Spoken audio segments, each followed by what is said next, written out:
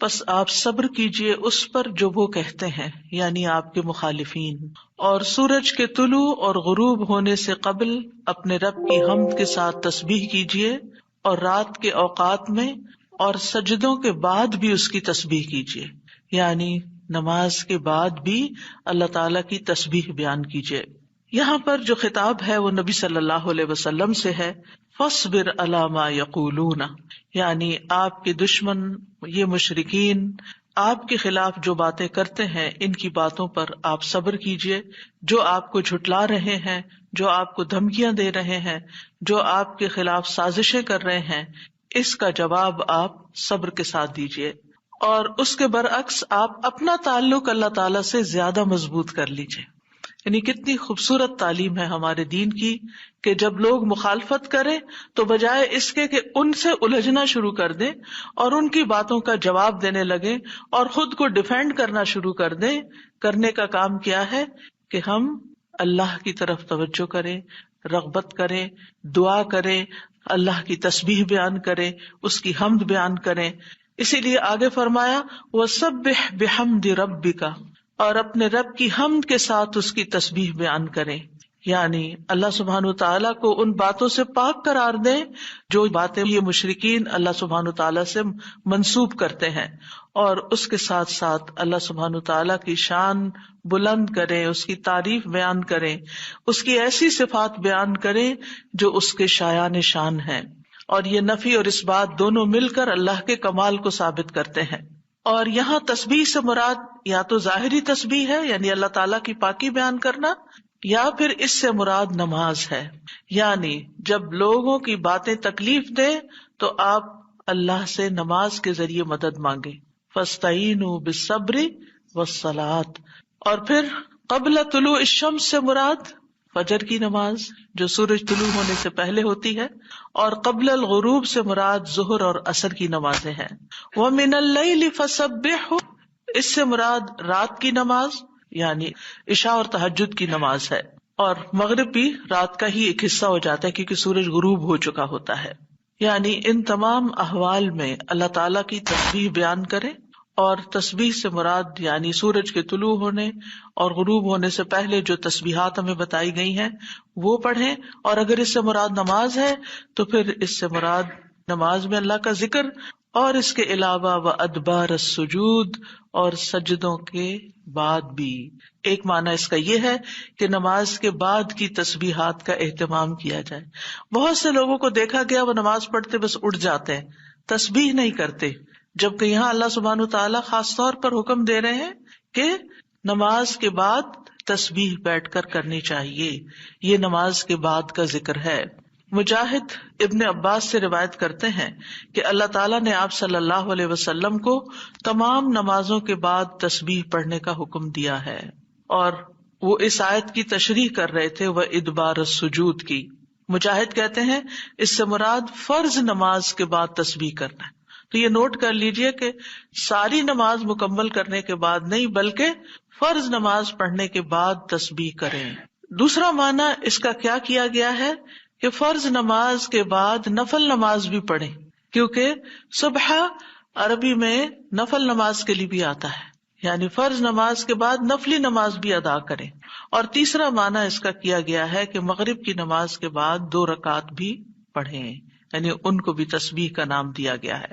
اسی طرح سورۃ الطور میں اللہ تعالیٰ فرماتے ہیں وَاصْبِرْ لِحُكْمِ رَبِّكَ فَإِنَّكَ بِأَعْيُنِنَا وَسَبِّحْ بِحَمْدِ رَبِّكَ حِينَ تَقُومُ وَمِنَ اللَّيْلِ فَسَبِّحْهُ وَإِدْبَارَ النُّجُومِ۔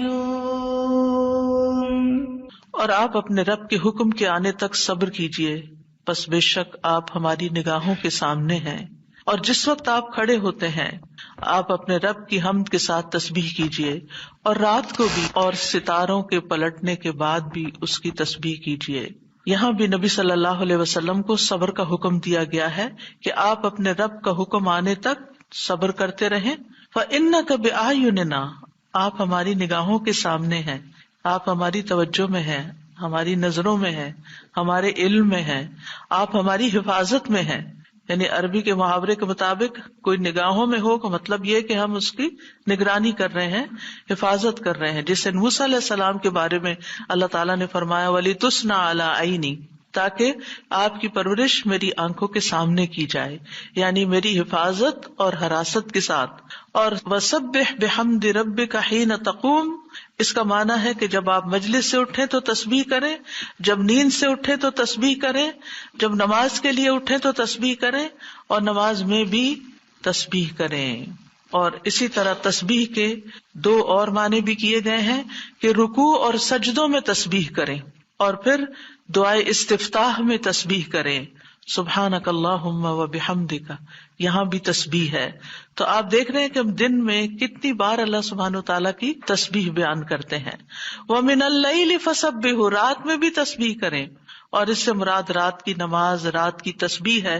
جیسے بیڈ پہ جاتے ہوئے تسبیحات فاطمہ نبی صلی اللہ علیہ وسلم نے حضرت فاطمہ کو سکھائی تھی تاکہ ان کی تھکاوٹ دور ہو جائے. نماز کے علاوہ بھی تسبیح کرتے رہنا چاہیے. ادبار النجوم کے بھی 3 معنی ہیں. ایک معنی کیا گیا ہے فجر سے پہلے کی 2 رکعتیں پڑھنا. نبی صلی اللہ علیہ وسلم یہ رکعتیں نہ سفر میں چھوڑتے تھے نہ گھر میں، کبھی بھی آپ نے یہ سنت نماز نہیں چھوڑی. اور پھر اسی طرح اس سے مراد فجر کی 2 رکعات بھی لی گئی، اور نماز کے بعد کی تسبیح بھی مراد ہے. ان دونوں آیات سے پتہ چلتا ہے کہ نماز کے بعد بھی ذکر کرنے کی اہمیت اور ضرورت ہے، جس سے بہت سے لوگ غافل ہوتے ہیں. قرآن مجید میں اللہ تعالیٰ فرماتے ہیں فَإِذَا قَضَيْتُمُ الصَّلَاةَ فَاذْكُرُوا اللَّهَ قِيَامًا وَقُعُودًا وَعَلَى جُنُوبِكُمْ، پھر جب تم نماز پوری کر چکو تو اللہ کو کھڑے، بیٹھے اور اپنے پہلوؤں پر لیٹے ہوئے یاد کرو. یعنی بعض اوقات ایسا ہوتا ہے کہ آپ نماز پڑھ لیتے ہیں اور پھر سمجھتے ہیں کہ ہم اللہ کے ذکر سے فارغ ہو گئے اور اب ہم دنیا کے کام میں لگ جائیں. ہاں، دنیا کے کام 2-3 طرح سے ہی ہوتے ہیں. یا کھڑے ہو کے کوئی کام ہو رہا ہوتا ہے، آپ کچن میں چلے جاتے ہیں، کوکنگ کر رہے ہیں، آپ اپنا ذکر جاری رکھیں. یا پھر آپ بیٹھ گئے ہیں اور بیٹھ کے کوئی کام کر رہے ہیں، تسبیح جاری رکھیں، ذکر جاری رکھیں. اور اسی طرح اگر آپ لیٹ گئے آرام کرنے کے لیے تو بھی ذکر جاری رکھیں. یعنی ہر حال میں اللہ تعالیٰ کا ذکر کرتے رہیں. اسی طرح سورہ جمعہ میں اللہ تعالیٰ فرماتے ہیں فَإِذَا قُضِيَتِ الصَّلَاةُ فَانتَشِرُوا فِي الْأَرْضِ وَابْتَغُوا مِن فَضْلِ اللَّهِ وَاذْكُرُوا اللَّهَ كَثِيرًا لَعَلَّكُمْ تُفْلِحُونَ. پھر جب نماز پوری کر لی جائے تو زمین میں پھیل جاؤ اور اللہ کے فضل سے تلاش کرو، یعنی اپنے دنیا کا کام کاروبار کرو اور اللہ کو بہت یاد کرو. یعنی اپنے بزنس آورز میں بھی، اپنی جاب پر بھی اللہ کو نہیں بھولنا. کیوں؟ لعلکم تفلحون، تاکہ تم فلاح پاؤ، کامیاب ہو جاؤ. اسی طرح اللہ سبحانہ تعالیٰ رمضان کے روزے مکمل کرنے کے بعد کس چیز کا حکم دیتے ہیں؟ وَلِتُكْمِلُوا الْعِدَّةَ وَلِتُكَبِّرُوا اللَّهَ عَلَىٰ مَا هَدَاكُمْ وَلَعَلَّكُمْ تَشْكُرُونَ. اور تاکہ تم تعداد پوری کرو، اور تاکہ تم اللہ کی بڑائی بیان کرو، تکبیرات پڑھو، اور اس پر کہ اس نے تم کو ہدایت بخشی، اور تاکہ تم شکر ادا کرو. اسی طرح حج کے مناسک ادا کرنے کے بعد بھی ذکر کا حکم ہے. فَإِذَا قَضَيْتُم مَّنَاسِكَكُمْ فَاذْكُرُوا اللَّهَ كَذِكْرِكُمْ آبَاءَكُمْ أَوْ أَشَدَّ ذِكْرًا. پھر جب تم اپنے حج کے مناسک پورے کر چکو تو اللہ کو یاد کرو جس طرح اپنے باپ دادا کو یاد کیا کرتے تھے، بلکہ اس سے بھی زیادہ یاد کرنا. یعنی باپ دادا کو یاد کرنے، ماں باپ کو یاد کرنے سے بھی زیادہ اللہ کا ذکر کیا کرو، اللہ سبحانہ تعالیٰ کو زیادہ یاد کیا کرو. کیونکہ انسانوں کی یاد انسانوں کو دکھی کرتی ہے، لیکن اللہ کی یاد دلوں کے اطمینان کا باعث بنتی ہے، دلوں کے اندر سکون کا باعث بنتی ہے. الا بذکر اللہ تطمئن القلوب، خبردار اللہ کے ذکر سے دلوں کو اطمینان نصیب ہوتا ہے. تو آپ نے دیکھا کہ تمام عبادات کے بعد ذکر کا حکم ہے، تسبیح کا حکم ہے، تکبیر کا حکم ہے. اسی طرح نماز کے بعد خاص طور پر، یعنی نماز پڑھتے ہی اٹھ نہیں جانا چاہیے، بلکہ وہاں بیٹھ کر بھی اللہ کا ذکر کرنا چاہیے، اور اس میں غفلت نہیں برتنی چاہیے اور سستی نہیں ہونی چاہیے. بعض لوگ سلام پھیرتے ہی سنت پڑھنے کے لیے کھڑے ہو جاتے ہیں، جیسے آج کل تراویح میں جلدی ہوتی ہے لوگوں کو، تو بس فرض نماز پڑھی، آیت الکرسی کا بھی ٹائم نہیں ملتا کہ جلدی سے سنت کا ہوتا ہے کہ اگر آیت الکرسی پڑھنے بیٹھ گئے تو سنت رہ جائے گی، امام صاحب تراویح شروع کر دیں گے. تو میں سوچتی ہوں کہ جب گھر سے نکل ہی آئے اللہ کی یاد کے لیے تو کم از کم مسنون مستحب طریقے سے ہی ہم ساری عبادات کریں تاکہ وہ دل کو پھر اطمینان بھی نصیب ہو. بہرحال ایک نماز کے بعد فوراً اگلی نہیں شروع کر دینی چاہیے، اس کے بیچ کے وقفے میں اللہ کا ذکر کرنا چاہیے. نبی صلی اللہ علیہ وسلم فجر کی نماز کے بعد طلوع آفتاب تک نماز کی جگہ بیٹھے رہتے تھے، اور فجر ارلی شروع کرتے تھے، اندھیرے میں شروع کرتے تھے، اور فجر پڑھنے کے بعد بیٹھے رہتے اور ذکر کرتے رہتے. سماک بن حرب کہتے ہیں میں نے جابر بن سمرہ سے عرض کیا کیا آپ رسول اللہ صلی اللہ علیہ وسلم کے پاس بیٹھے تھے؟ انہوں نے فرمایا کہ ہاں بہت زیادہ، میں بہت بیٹھتا رہا ہوں آپ کے پاس. آپ اپنی نماز کی جگہ سے کھڑے نہیں ہوتے تھے جس جگہ صبح کی نماز پڑھتے تھے جب تک کہ سورج نہ نکل آتا، پھر جب سورج نکل آتا تو آپ کھڑے ہو جاتے. اسی طرح ایک اور روایت میں آتا ہے نبی صلی اللہ علیہ وسلم جب فجر کی نماز پڑھتے تھے تو اپنی جگہ بیٹھے رہتے یہاں تک کہ سورج خوب اچھی طرح طلوع ہو جاتا. تو پھر اس وقت کیا کرتے تھے؟ اشراق کے نوافل. تو اس سے آپ اندازہ لگائیں کیا ہم میں سے کوئی یہ کہہ سکتا ہے کہ میں رسول اللہ صلی اللہ علیہ وسلم سے زیادہ مصروف انسان ہوں، میں زیادہ بزی ہوں، میرے بہت کام ہے، میرے پاس بیٹھنے کا وقت نہیں ہے؟ نہیں، یہ صرف نفس کا دھوکہ ہوتا ہے. نفس ہمیں دھوکہ دیتا ہے کہ دیکھو پہلے تم اٹھے ہو تہجد کے لیے، پھر تم نے پڑھی نماز اور پھر پڑھے اذکار، اور اب تم پھر بیٹھ کے اور انتظار کرو تو اٹھو کچھ اور کام کرو. اچھا میرا وہ کام بھی ہے، میرا وہ کام بھی ہے، اور اس طرح ہم اپنے آپ کو تسلیاں دے کر اپنی جگہ سے اٹھ جاتے ہیں اور ذکر میں کوتاہی کر جاتے ہیں. جبکہ مستحب یہی ہے کہ اسی جگہ بیٹھ کر چاہے آپ تلاوت قرآن کریں، چاہے آپ صبح شام کے اذکار، یہی وقت ہے ان کا سورج نکلنے سے پہلے، اور حفاظت کے لیے جو پڑھتے ہیں وہ انہی اوقات میں پڑھے جاتے ہیں.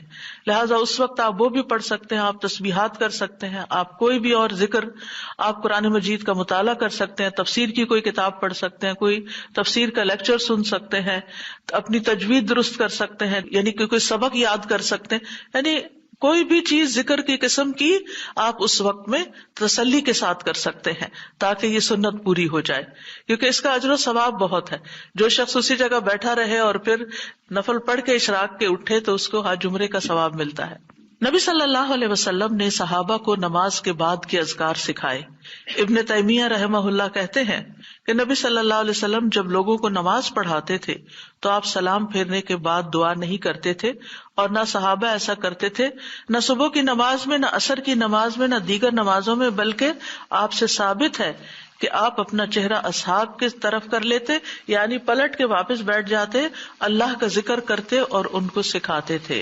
یعنی اذکار اور دعا میں تھوڑا سا فرق ہے. دعائیں زیادہ سے زیادہ سلام پھیرنے سے پہلے کر لیتے تھے، اور جو اذکار ہوتے تھے جیسے تسبیحات ہیں یا صبح شام کے اذکار ہیں یا باقی اذکار ہیں وہ بعد میں کر لیتے تھے، جیسے لا الہ الا اللہ وحدہ لا شریک لہ، اور اسی طرح دیگر اذکار جو ہیں. اور سلام پھیرنے کے بعد اللہ کا ذکر کرنا یعنی زیادہ مستحب ہے. اگرچہ دعا بھی کر سکتے ہیں، یعنی منع نہیں ہے. بعض علماء یہ کہتے ہیں کہ نبی صلی اللہ علیہ وسلم نے جو دبر الصلاۃ کا لفظ استعمال کیا نماز کے پیچھے، تو اس سے مراد نماز کے بعد بھی ہے.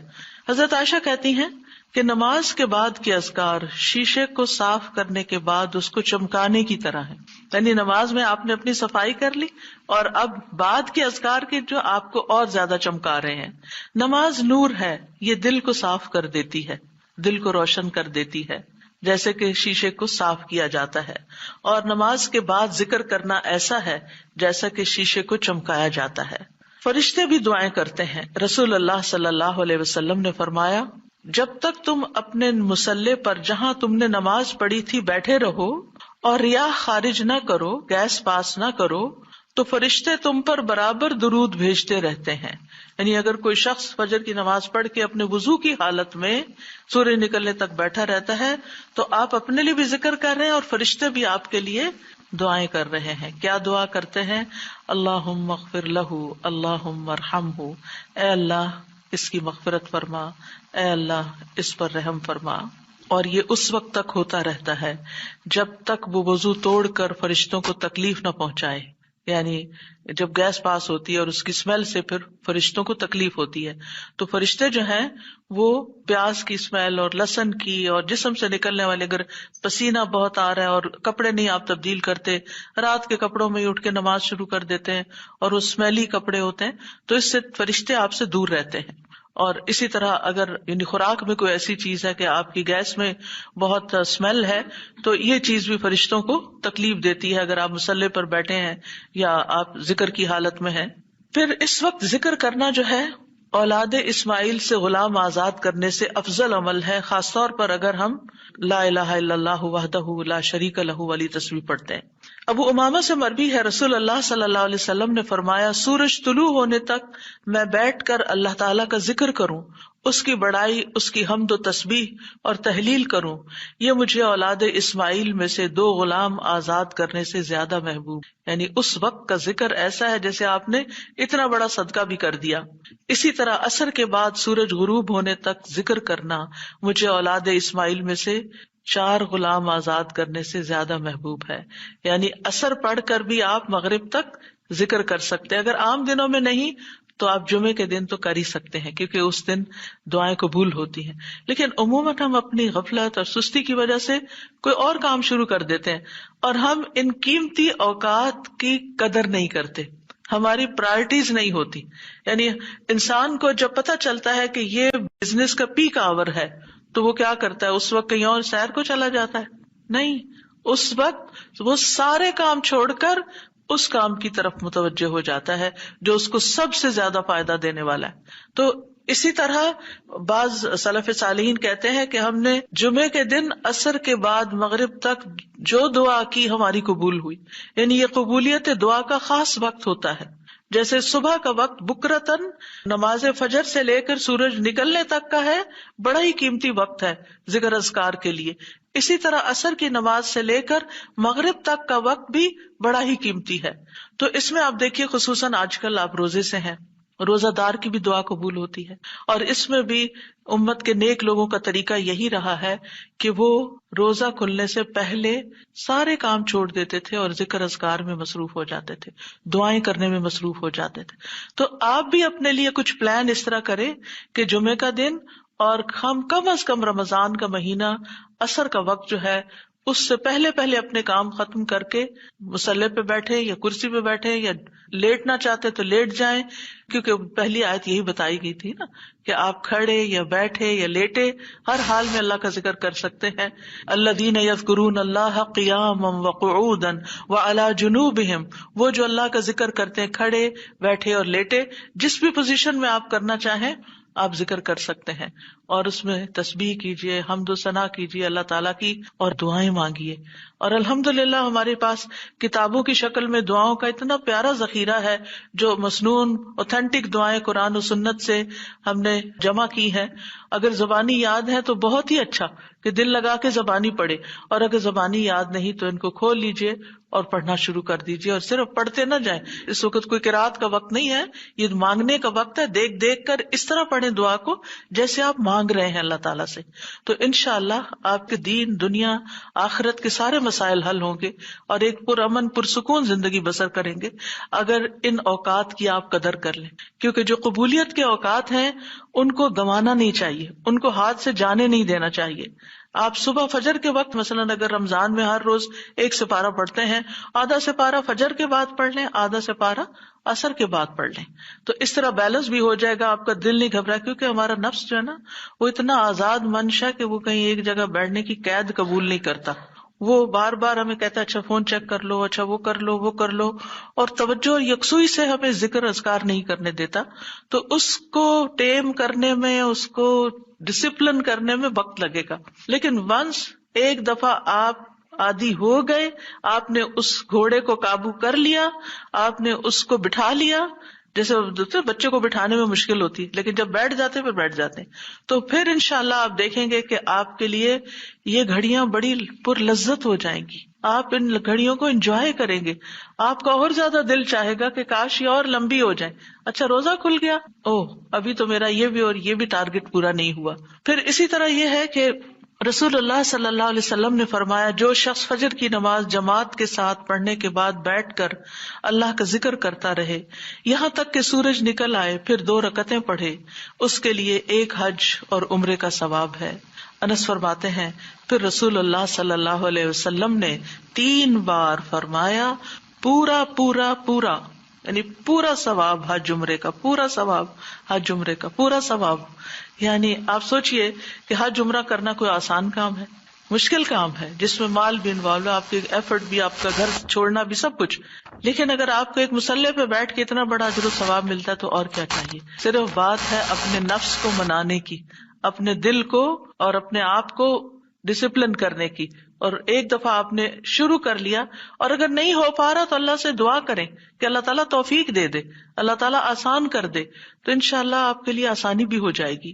پھر اسی طرح نبی صلی اللہ علیہ وسلم نے فرمایا، اللہ تعالیٰ فرماتا ہے کہ میں اپنے بندے کے ساتھ ہوتا ہوں جب وہ مجھے یاد کرتا ہے اور میری یاد میں اپنے ہونٹ ہلاتا ہے۔ اور ایسے لوگ جو ذکر میں آگے ہوتے ہیں وہ درجات میں بھی بہت آگے ہیں، سبقت لے جانے والے ہیں، فالسابقون السابقون ہیں۔ رسول اللہ صلی اللہ علیہ وسلم نے فرمایا، مفردون سبقت لے گئے۔ صحابہ نے پوچھا، یا رسول اللہ مفردون کون ہوتے ہیں؟ آپ صلی اللہ علیہ وسلم نے فرمایا، جو اللہ کے ذکر میں مشغول رہتے ہیں، یعنی ہر وقت ان کا دھیان اپنے رب کی طرف ہوتا ہے، کیونکہ ذکر میں دل میں بھی یاد ذکر کہلاتا ہے، زبان سے کچھ بولنا بھی ذکر ہے، اور اس کے علاوہ قرآن کی تلاوت، نماز، یہ ساری ذکر کی قسمیں ہیں۔ یعنی کچھ فارمل ہے، کچھ انفارمل ہے، کچھ خبر ہے یعنی جیسے تسبیحات وغیرہ ہوتی، کچھ میں دعا ہوتی ہے، طلب ہوتی ہے، اللہ تعالیٰ سے اپنی حاجت مانگتے ہیں، یہ ساری چیزیں ذکر میں شمار ہوتی ہیں۔ اب آ جاتے ہیں ہم نماز کے بعد کے اذکار کے متعلق، اور یہ اذکار بھی آپ کو اس کتاب میں ملیں گے، نماز کے اذکار، یعنی نماز کے اندر کے ذکر بھی اور نماز کے بعد کے بھی۔ نماز کا سلام پھیرتے ہی نماز ختم ہو جاتی ہے، اس کے بعد سب سے پہلے کہنا چاہیے اللہ اکبر 1 بار، اور تھوڑا سا بلند آواز سے، جس سے پتہ چلے کہ نماز پڑھ لی ہے۔ اللہ اکبر۔ ابن عباس کہتے ہیں، میں نبی صلی اللہ علیہ وسلم کی نماز کے مکمل ہونے کو تکبیر کی وجہ سے سمجھ جاتا تھا۔ یعنی مثلا کوئی نفل پڑھ رہا ہے تو آپ کو نہیں پتہ چلتا کہ پڑھ چکا یا نہیں، لیکن اگر اس نے بلند آواز سے کہہ دیا اللہ اکبر تو پتہ چل گیا کہ ہاں اس کی نماز مکمل ہو گئی ہے۔ کیوں اللہ اکبر کہیں؟ کہ اللہ ہر چیز سے بڑا۔ آپ دیکھیں ہم نے نماز کا آغاز کس سے کیا تھا؟ اللہ اکبر سے کیا تھا، اور نماز میں کئی بار ہم نے اللہ اکبر کہا، اور اب نماز کے اختتام پر بھی اللہ اکبر، رمضان کے اختتام پر بھی اللہ اکبر، یعنی اللہ کی تکبیر بیان کرنا۔ اللہ سبحانہ وتعالیٰ قرآن مجید میں فرماتے ہیں، اتل ما اوحی الیک من الکتاب واقم الصلاۃ ان الصلاۃ تنہی عن الفحشاء والمنکر ولذکر اللہ اکبر واللہ یعلم ما تصنعون۔ کتاب میں سے جو آپ کی طرف وحی کیا گیا ہے اس کی تلاوت کیجیے اور نماز قائم کیجیے، بے شک نماز بے حیائی اور برائی سے روکتی ہے، اور یقیناً اللہ کا ذکر تو سب سے بڑی چیز ہے، اور اللہ کو معلوم ہے جو کچھ تم کرتے ہو۔ تو اللہ کا ذکر سب سے بڑی چیز، اور اس ذکر میں اللہ کو سب سے بڑا قرار دینا سب سے بڑی چیز۔ اور نبی صلی اللہ علیہ وسلم اور پھر صحابہ کا طریقہ بھی یہی تھا کہ آپ فرض نمازوں کے بعد ذکر کرتے اور آوازیں بلند کرتے، یعنی نماز کے بعد کا ذکر جو ہے اس میں آواز اونچی ہوتی ہے۔ ابن عباس اس بات سے معلوم کر لیتے کہ لوگوں نے سلام پھیر لیا ہے کیونکہ وہ ان کے ذکر کی آواز سنتے تھے۔ یعنی مطلب یہ ہے کہ نماز کے بعد اللہ اکبر بھی اونچی آواز